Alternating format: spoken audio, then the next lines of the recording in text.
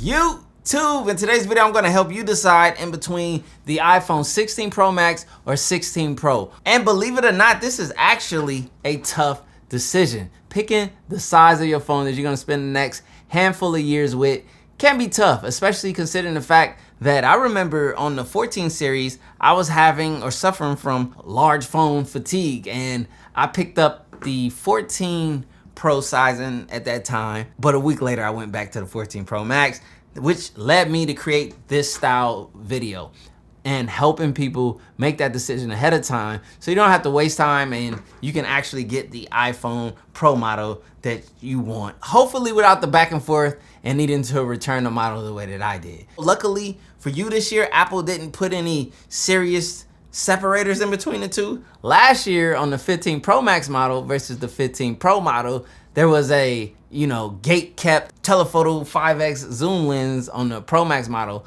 that wasn't present on the Pro model. So this year, Apple has increased the size of both of these models, which has allowed for the 5x telephoto to be fitted. And then there should be a slightly larger battery in both of these models. And speaking of battery, that was one of the areas last year with the 15 Pro that may have driven a lot of people to the 15 Pro Max. But this year, Apple has some huge claims or big talk around the battery improvements, especially with the Pro model. And I'm not gonna lie, the standby that I've been seeing so far has been really good.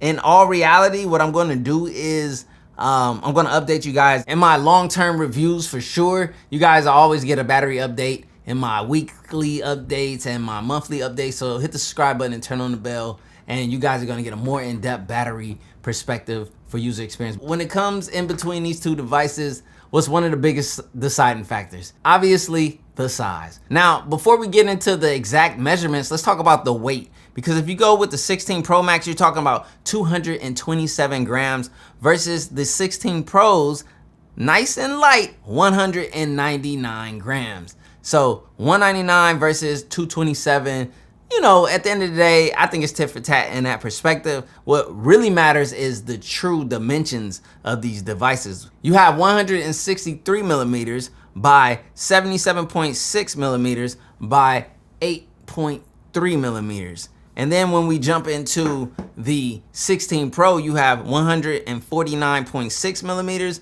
by 71.5 millimeters by the exact same 8.3 millimeters. So the exact same thickness in between the two. Obviously, the Pro Max is gonna be slightly wider and a lot taller. And that matters a lot because this is the device you have to interact with. And what size introduced is your one-handed ability. You have to basically join the phone Olympics, meaning, being able to balance with your pinky, being able to adjust your device to reach certain areas. As you guys can see, I'm used to it, and with that comes a higher chance of dropping your device. So put a case on it. A lot of you guys are spending your hard-earned money.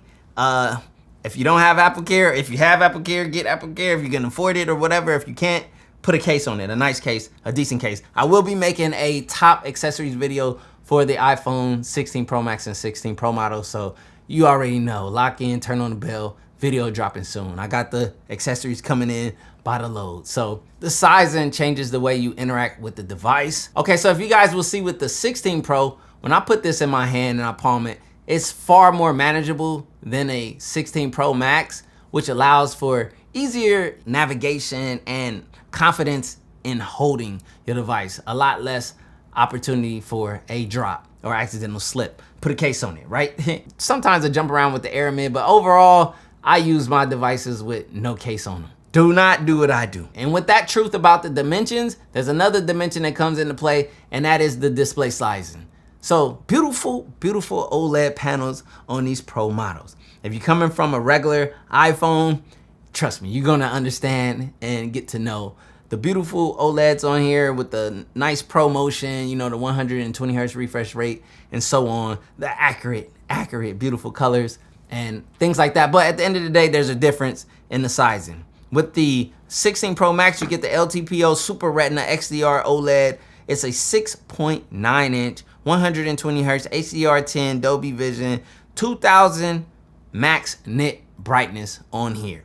But then when you jump into the 16 Pro, you step down a little bit to a 6.3 inch screen, exact same pixel density as the 16 Pro Max, so you're not losing any clarity if you go with the smaller screen or the larger screen, you know, and vice versa. But this is a 6.3 inch LTPO Super Retina XDR OLED, basically the same thing. You're gonna enjoy HDR, you're gonna enjoy content on these the exact same. So again, the only way that screen is a deciding factor in between these two devices is if you like more screen real estate. You want a bigger screen. Maybe you wear glasses, maybe things are harder for you to see.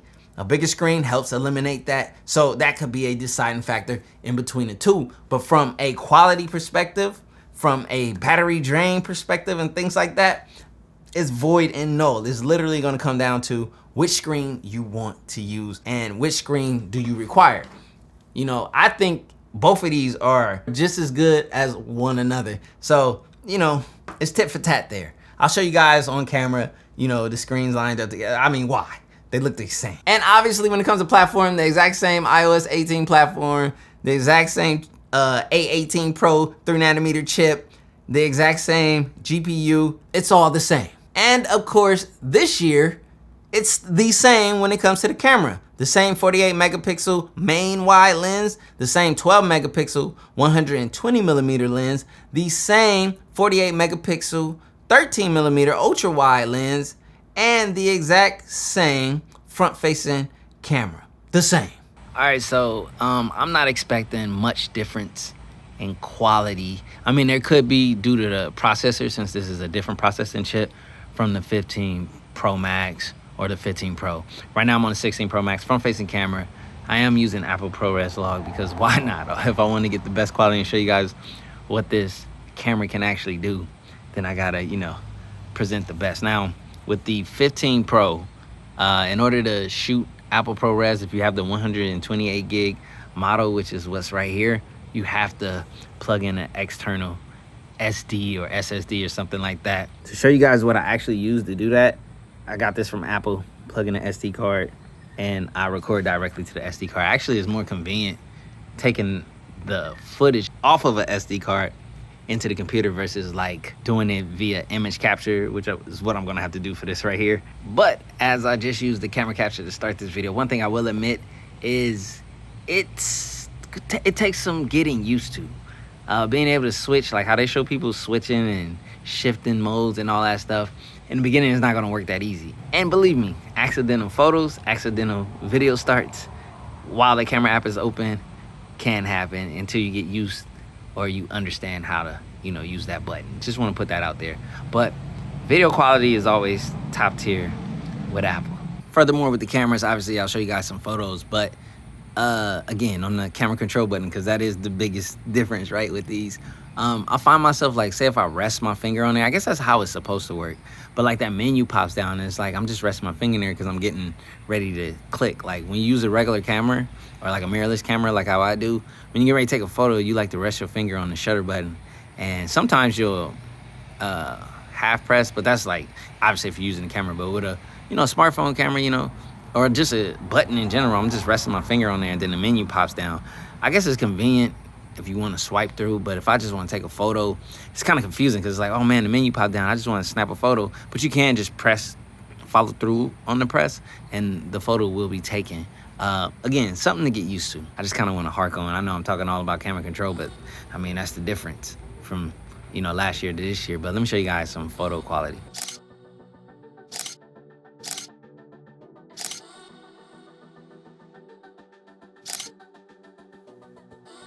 So as I capture a non-Apple ProRes Log video using the 16 Pro instead of the 16 Pro Max, I want to say I'm kind of indifferent on the camera control button. Again, I think it's going to take some getting used to for me. And yeah, I'll see if I'll actually, or how much I actually end up using it. That's going to be the true, you know, tell-all sign when I do my long-term review. So I'll let you guys know for sure. In essence, CJ, why is it such a difficult decision for people? Here comes the next topic. One of the biggest topics in between the two, I think, is the true deciding factor. And that's battery life and battery sizing. So unfortunately, I don't have the exact, milliamp hours. But from Apple's claim, we have up to 33 hours of video playback versus up to 27 hours of video playback. 29 hours of video playback streamed, 22 hours of video playback streamed. 105 audio hours of playback, 85 audio hours of playback. The reality just comes down to the user experience with battery, because battery life is absolutely 100,000% subjective to you, the user, and how you use your device. Heavy users, obviously the larger Pro Max model, 16 Pro Max, is definitely the go-to for you. I tend to be heavy in seasons and moments and times, and that's where this battery saves me. This is the battery confidence. I may not charge my phone all the time. I'm real sporadic with the way I charge my phone when I run the Pro Max model.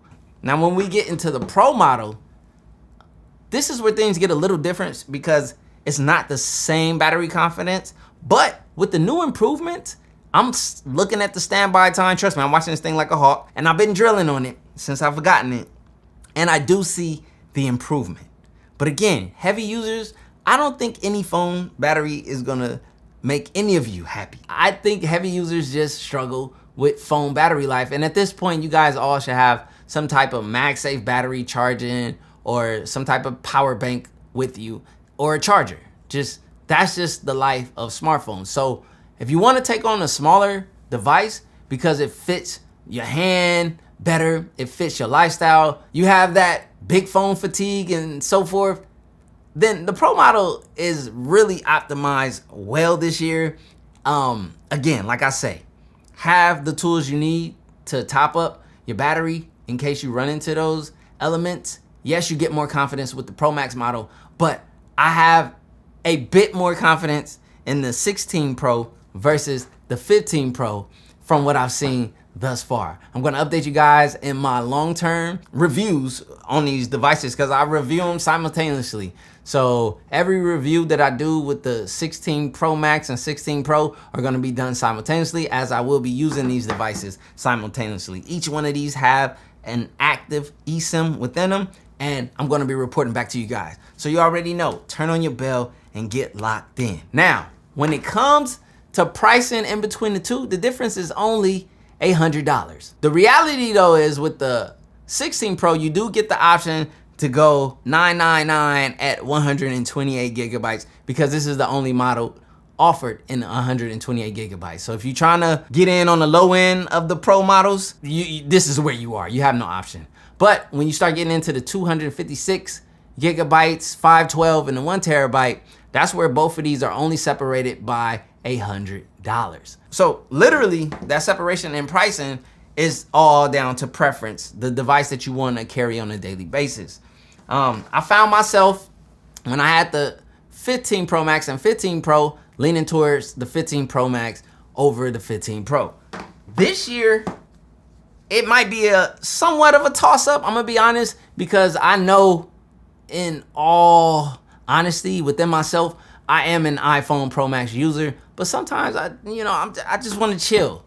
I just want to be with a Pro model, So I have the option to bounce back and forth in between the two, and I will be probably doing a part 2 to this versus video, like a long-term version, and letting you guys know if my decision changes. But as of right now, the 16 Pro Max is the type of iPhone that I am more leaning towards for everyday use.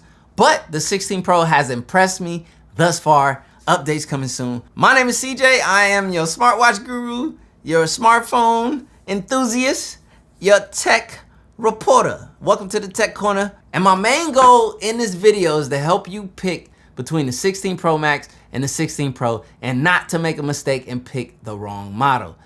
It's not as much separating these two this year, so the decision is even harder, but it's also even easier. Comment down below and let me know, did you go 16 Pro or did you go 16 Pro Max?